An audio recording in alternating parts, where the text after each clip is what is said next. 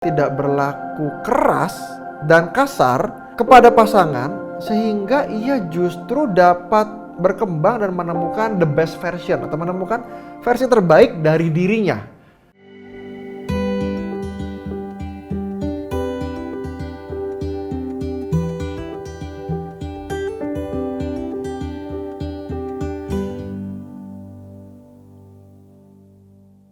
Hai sahabat Gading Konseling, hari ini saya mendapatkan email.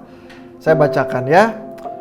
Dear Pak Michael, Pak, saya V, perempuan usia 35 tahun, tinggal di Jakarta. Saya sudah menikah selama 8 tahun dengan suami saya yang seusia. Sejujurnya saya ingin menceraikan dia karena saya melihat dia ini kok tidak pernah mengerti apa yang saya inginkan atau harapkan. Saya ini gak tahan sama suami saya. Suami saya itu, maaf kata, kok sepertinya goblok gitu Pak. Dia selalu mengulangi kesalahan yang sama. Dikasih tahu gak pernah mengerti dan berulang kali terus menerus mengulangi perbuatannya yang salah.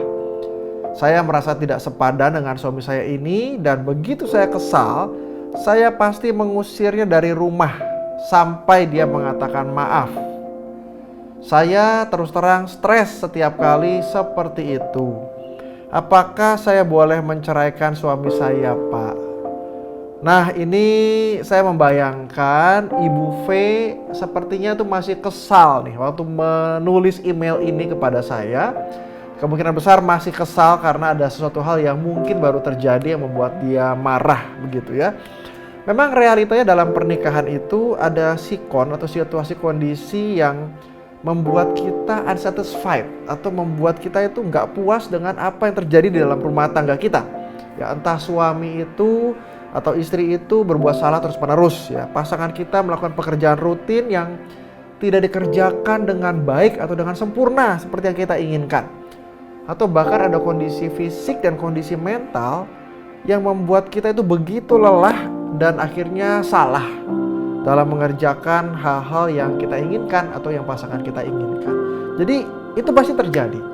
So, let's say gitu ya, atau katakanlah dia memiliki kecerdasan yang di bawah rata-rata deh untuk memahami itu. Jadi bukan hanya masalah fisik atau emosi yang lelah ataupun kesalahan seperti pada umumnya, tapi memiliki kecerdasan rata-rata daripada kebanyakan orang yang tadi Ibu V itu mengatakan kok suami saya goblok gitu ya, dengan emosi, dengan marah.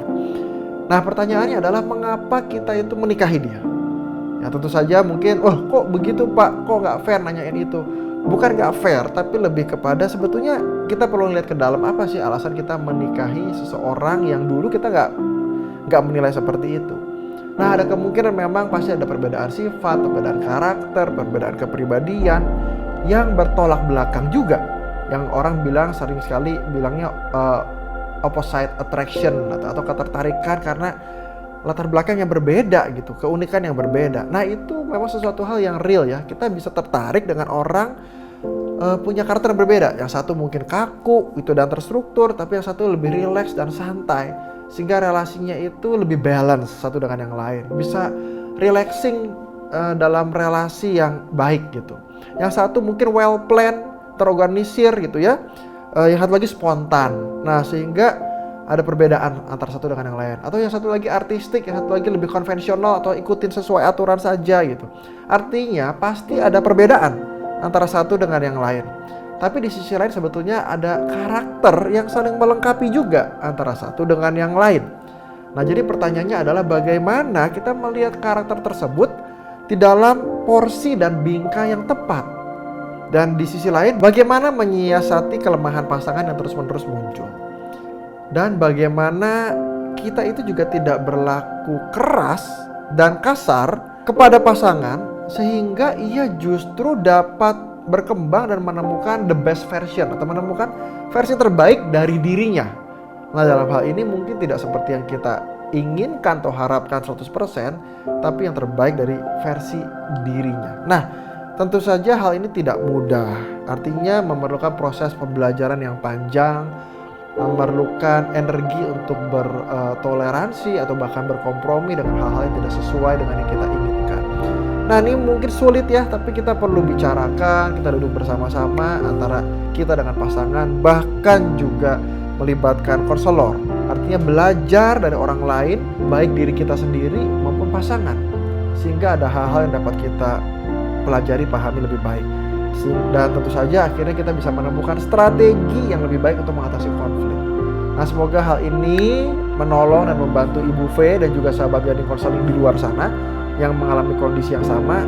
Jangan ragu dan jangan malu untuk berbicara dengan kami, para konselor di Gading Counseling and Empowerment Center, supaya kita bisa mendapatkan hal-hal yang bermanfaat dalam kehidupan kita dan dalam pernikahan kita, relasi dengan pasangan. Terima kasih.